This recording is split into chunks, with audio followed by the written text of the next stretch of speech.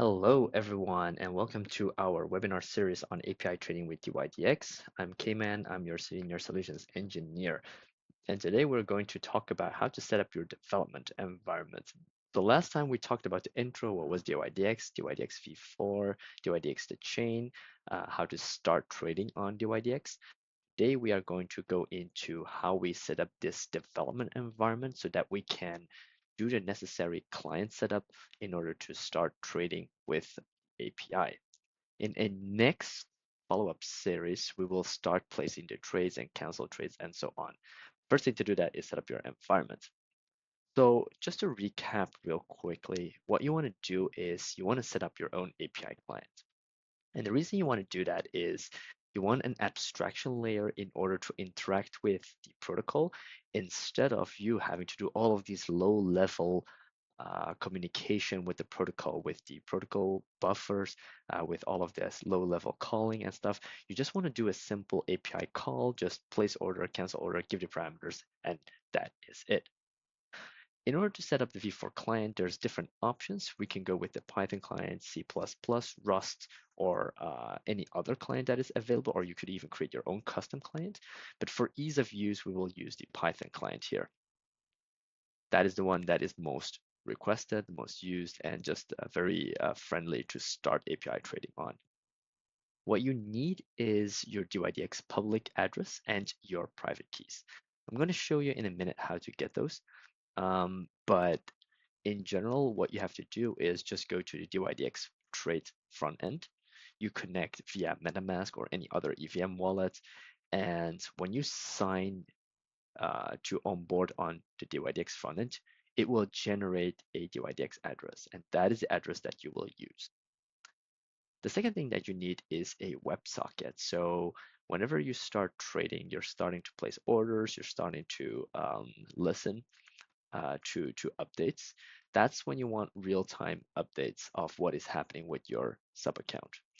So I mentioned also before that initially you will have a dYdX address, a public address that you can also look up.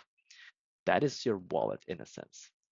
When you start placing orders and you start trading, you're actually going to deposit part of those funds into your sub account, and the dYdX frontend does that automatically, but if you do everything via API, it does not. So that is something to be wary about, is that you will actually have different sub accounts that you can separate all your trading behavior from. And you could kind of look at that as like having kind of like different checking accounts where you can do different actions. And you have your one wallet, which entails all of your funds when you initially deposit or bridge from other places to dYdX. So what you want to do on the WebSocket is you want to listen to your default sub account, which is sub account 0, or you could also listen to other sub accounts in order to monitor for updates. Whenever people are placing trades, whenever some of your trades are being filled, whenever you are canceling a trade, that is something you would use the WebSocket for. And then the final part of the puzzle is to develop your strategy. So you know how to place orders, you know how to real-time listen to updates that are happening on your sub account, but you need a strategy, like a algorithm, to decide based on the market, based on any intel, based on any signals, to decide when to place a buy or sell order and to trigger that V4 client. So that is the last part. We're not going to go too much into detail on that side. Maybe in a later tutorial, we could go into how you could set that up using Hummingbot, for example, to ease things off and to get started faster. But typically, you would have to develop your own strategy, as unfortunately, everyone has their own strategies. And then specific for DEXs, you also could set up a private node and private RPC endpoint in order to improve performance or to have just more flexibility to set up your own trading setup. All right, so now let's go on to the clients part of things. So we have a open source GitHub repo, and you can go to the Python client v2. Why the v2? Well, we had a v1 before, but that was deprecated. We're not maintaining that one anymore. So make sure that you are going to use the Python client v2. So here is the repo. It's a GitHub link, and you can go to it directly. Just gonna select it, and we're gonna start by cloning that in a minute. Before we do that, I also want to note that for the whole setup, we do recommend anything higher than Python 3.8 at least to install pipx, and actually the repo recommends even 3.9. So the best is to just use a stable Python version like Python 3.9, 10, or 11. So we're going to use Python 3.9 in this tutorial. We're going to install pipx and poetry. So why do we need poetry? Poetry is the way that we do virtual environment setup and download all of our dependencies that the v4 client needs in order to run correctly. And since we have all of these requirements already listed in a project.toml that poetry uses, we're going to use poetry here. That is the default. But you could technically also set up your own virtual environment and use any other package manager that you are more comfortable with. If you want to figure that out yourself, that is totally fine. We are going to use pipx here. We're going to install it using Mac. So brew install pipx, pipx install poetry. And then the next step will be to clone that repository, go into the py-v2 directory by using cd, and then we will just install all of our dependencies using poetry install. And then we will have to make sure that we go install the client itself as well. So by doing pip install dYdX v4 client, just to make sure that the client itself is also installed from the latest version from PyPy. There's also other ways to install, but I think typically this is what you would do to install that. All right, so let's go ahead and try install that. So let's go to the uh, GitHub repository. So here is the v4 client, and let's go ahead and copy that to clipboard. So this is the repo link. And what we are going to do is we're going to open an IDE. So I have opened Cursor's IDE. You can use any cursor. You can use any IDE that you are comfortable with, like Visual Studio or whatever. I'm just going to use Cursor here. Okay, so the first thing is I'm gonna check real quick with my Python. Okay, so I am already on Python 3.9. You can also check by doing Python-V. Check that first and make sure that you're on Python 3.9. If you're not, you can always go to the Python website, just install the latest Python or use pyenv for any other Python version manager that you prefer using. The next thing is we're going to install pipx real quick. So I already have that set up. So this is not going to do anything particular here for me, but just make sure that you install pipx. From pipx, we can then install poetry. So then we can start setting up everything. So, oh yeah, do notice that I need poetry for that, and that I need sudo as well. So if that is being asked, go ahead and enter that. Okay, so I already installed Poetry, so that is not going to do anything here. But for you, this is the process to install it. If you get any errors, you can also always look online or come into our Discord to ask for more information on how to solve those errors. All right, awesome. So the next thing we will have is we will then clone the repo that we just copied. So that is the v4 clients repository. So I'm just going to clone that.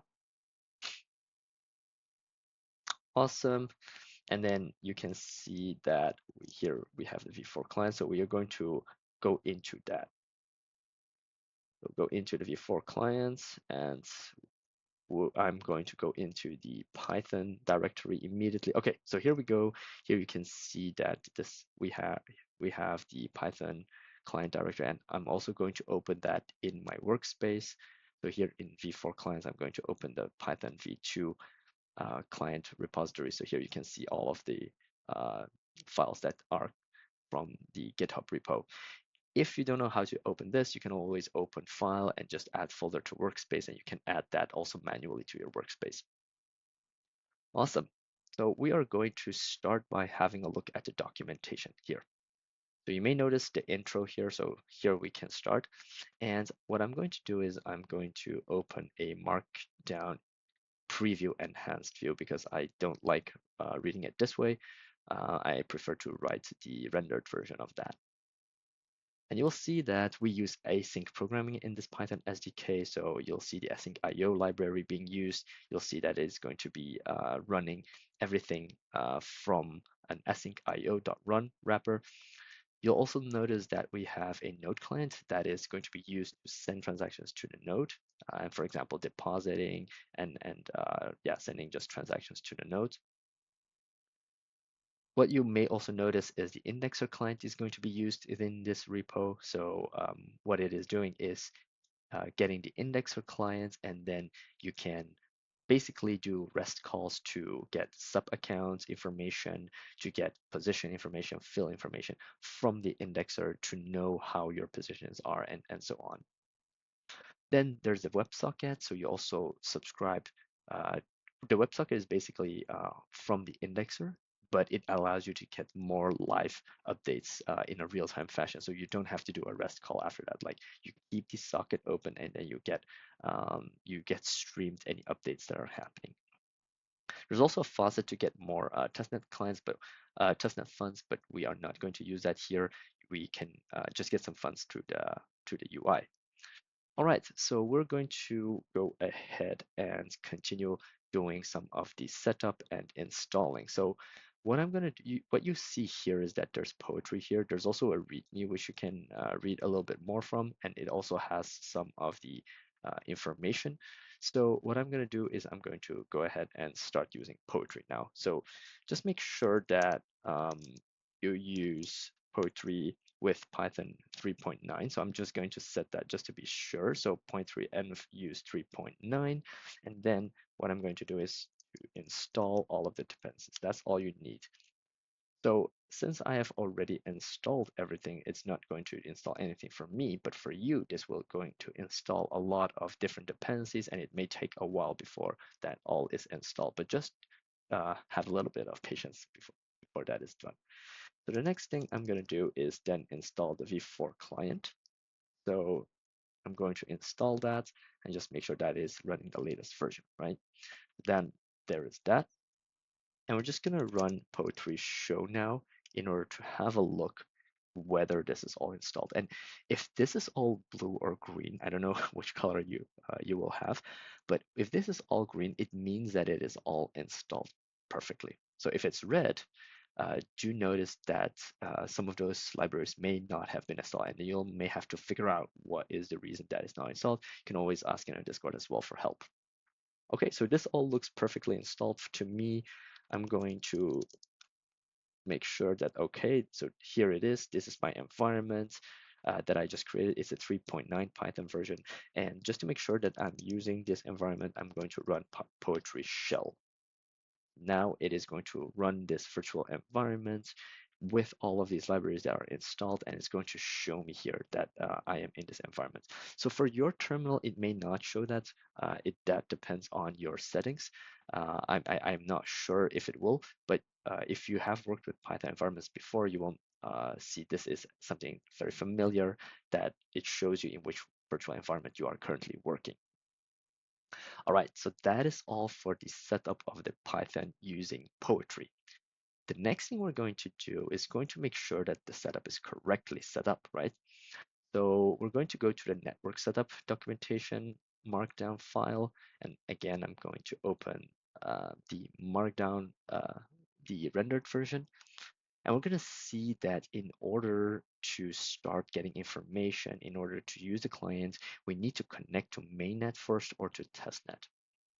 There's already some code in order to connect to testnet. So I may use that, but actually I want to show you guys how you would have to connect to mainnet as well. So in order to connect to mainnet, you would have to copy a make mainnet function, and you would have to fill in the endpoints for that. So the node URL, the REST indexer URL, and the WebSocket indexer. Since we're going to do everything with the testnet version, I'm not going to show this part, but actually doing the testnet part is exactly the same if you want to set up custom endpoints for testnet. So that's why I'm going to show this instead. All right, so you can open the examples now, and we are going to go to account endpoints just to make sure that everything is running fine. And what I'm going to do is instead of using the test address, so I could actually run this already directly from my terminal, but I want to show you guys how you can run information about your account within this example. So what we're going to do is I'm going to import the testnet function on how to query a custom endpoint, and I'm going to fill in those endpoints. So you're going to do this as well for testnet. You could also do this for mainnet. So, okay, if we go back, you will see that there's a network resources documentation link. So I'm just going to click that, and you will see that this brings us to the dYdX docs and immediately to the resources part.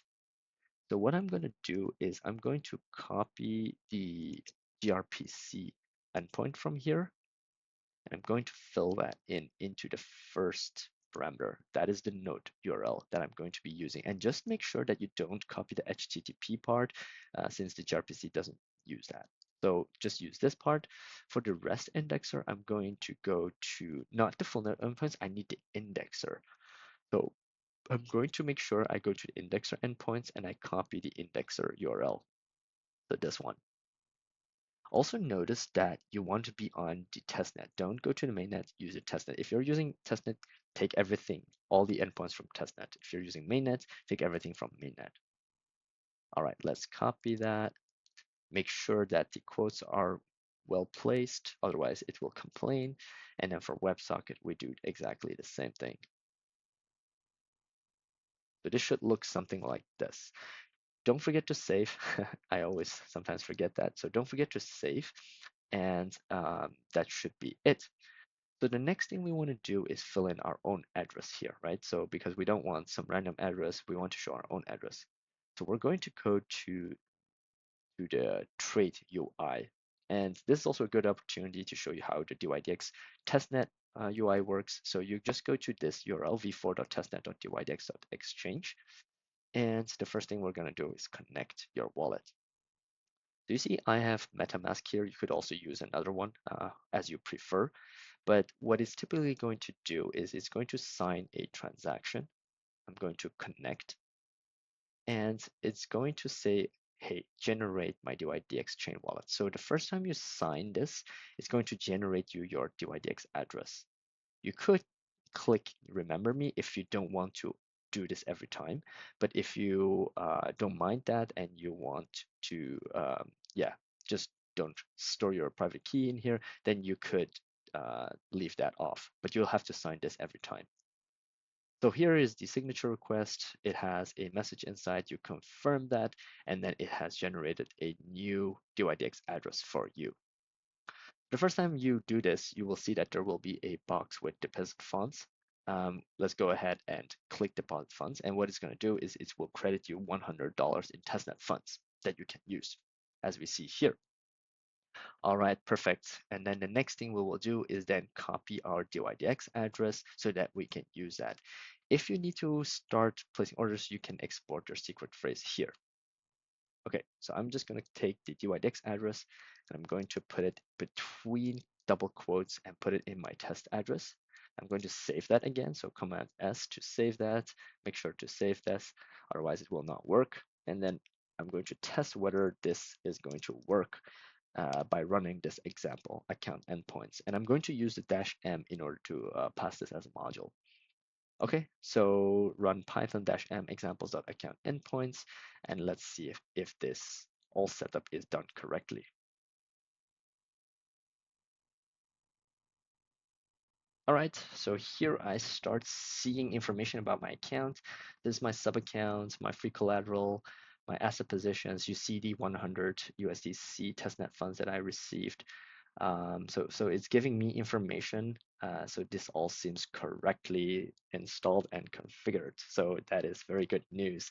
So you can leave it and let it running until the end. It's going to do some calculations as well. I'm not going to do that. I'm going to cancel it for now. But as you see, everything ran correctly as we wanted. So that was it for the setup.